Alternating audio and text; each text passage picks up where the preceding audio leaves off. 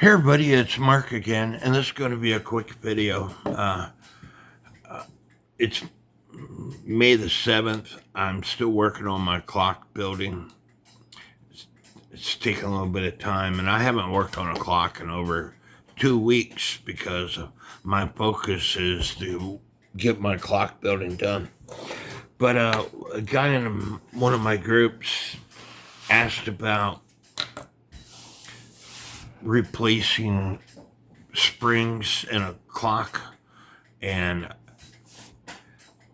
I told him the answer, but he didn't understand it. It's easier to show people in a video than to try to sit there and type out the answer. And the question is, when should you replace a barrel spring? And this is my answer. So kick back, relax, grab something to eat, grab something to drink, grab something to smoke if you choose to do so, and let's get started. Now, this spring is a spring I had laying around. This barrel is a barrel I had laying around. So whether this spring goes in this barrel, no, it doesn't. It's wider than the barrel.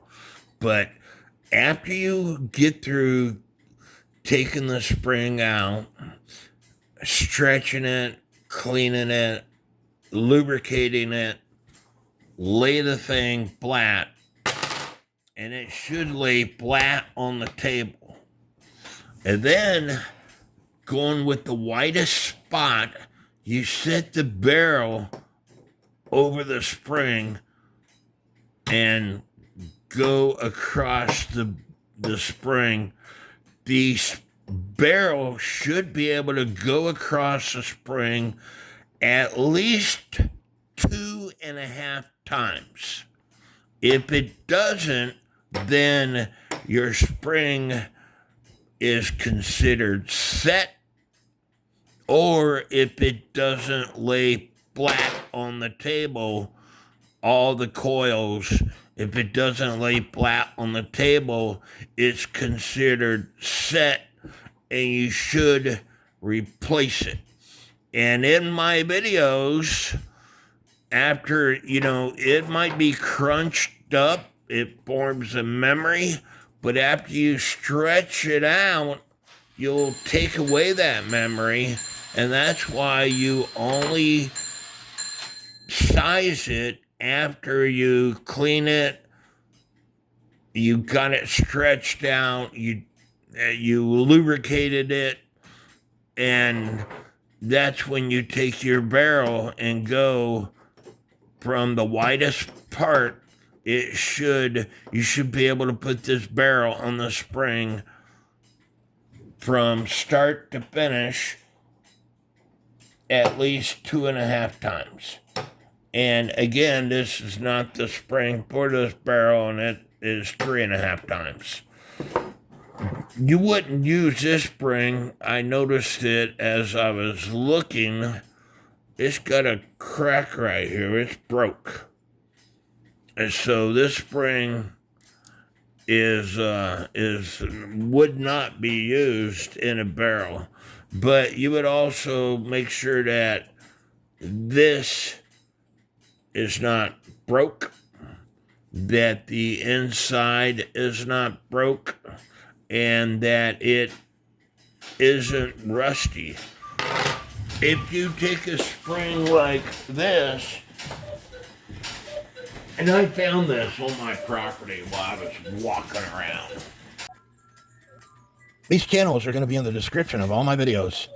So please take the time to subscribe to them. You'll learn a lot. There's links. You go to the description of my videos that I've created lately, and there will be links to every one of these channels. Please take the time to sign into YouTube, go to the description, and subscribe to all these channels. Cheryl Adair, she's a lady that I'm going to give a clock away once she reaches 1,000 subscribers. Just Mike, he does a great job at repairing clocks.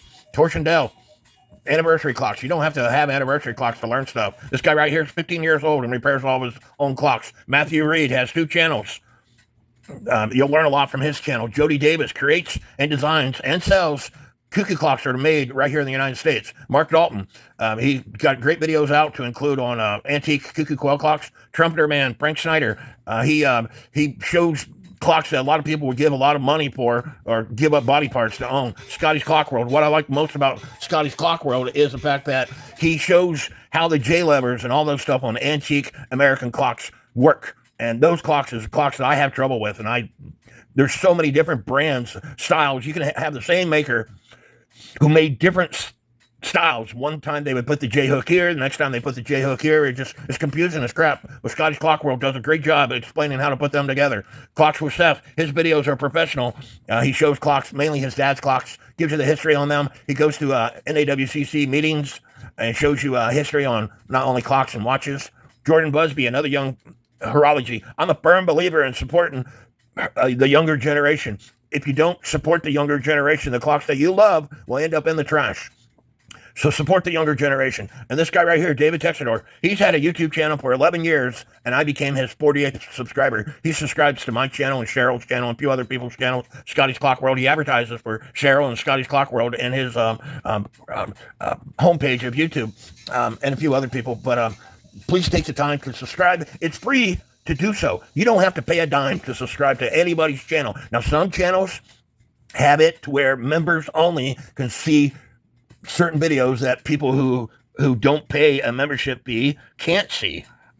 My channel has always been and will always be free. YouTube sends me hints all the time to make a member only section.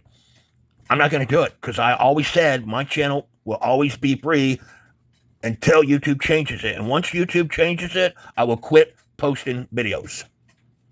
But please take the time to subscribe. It doesn't matter whether you're on your phone, whether you're on your TV, or whether you're on your computer like myself. If you're on your TV, there's certain ways that you can do it. And I have a video that explains how to do it. You figure it out. Depending on what you use, I don't know what you use, but please take the time to subscribe to their channels. But you have to sign into YouTube. If you don't have a YouTube account, it is free to create a YouTube account. All you have to have is the email address. And most people have an email address because they have Facebook account. If you don't have an email address, there are free email address accounts that you can go to. I have a Yahoo email account. No, I'm not going to tell you what it is because I never go there. That I created like 25 or 30 years ago. I've never paid a dime to have this free email account. But there are other email accounts. If you have the internet, more than likely you have an email account. You have to be signed into YouTube to subscribe to these channels or to make comments on their videos. So please take the time to do so.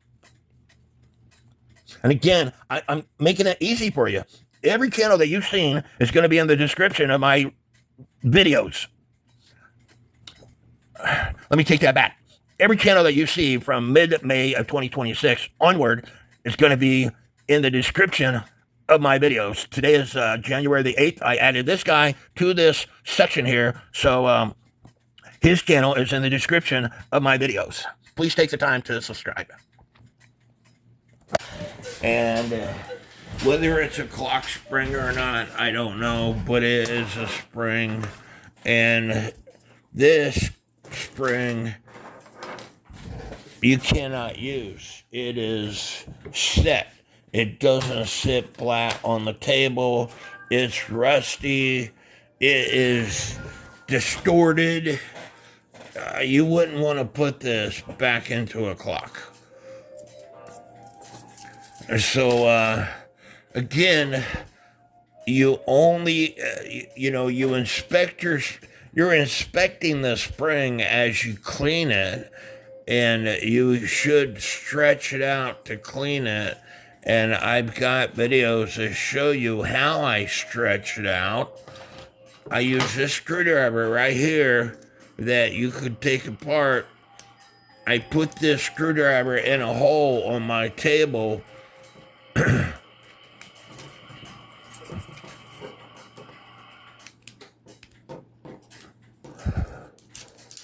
and I pull this spring out.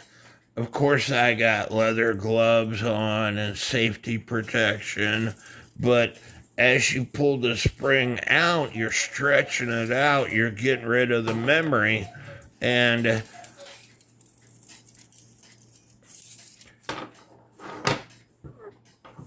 And once you clean it, and while you're cleaning it, you're looking for cracks, damage, stuff like that.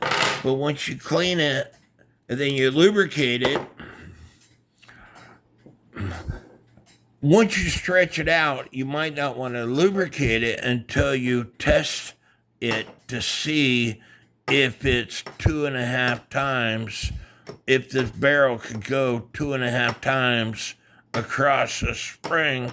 Because if you lubricate it and then you test this and you find it only goes 1.5 time, you're going to have to replace the spring or put it in and understand that if this is a time spring, your clock isn't going to run for the full length of the period of time, whether it's an 8-day clock or 30-hour clock or whatever. So anyway, I hope this helps. I had to make this video because I searched for videos in my channel that say barrel spring, and I watched all those videos, and none of those videos show what I just got through showing you. Those videos show you how you take a spring out of the barrel and put it back in the barrel and how to oil the spring, but it doesn't show you what I just explained. So this video will show you that information. Hope this helps. May God bless each and every one of you. Be sure to give me a thumbs up, leave me some comments.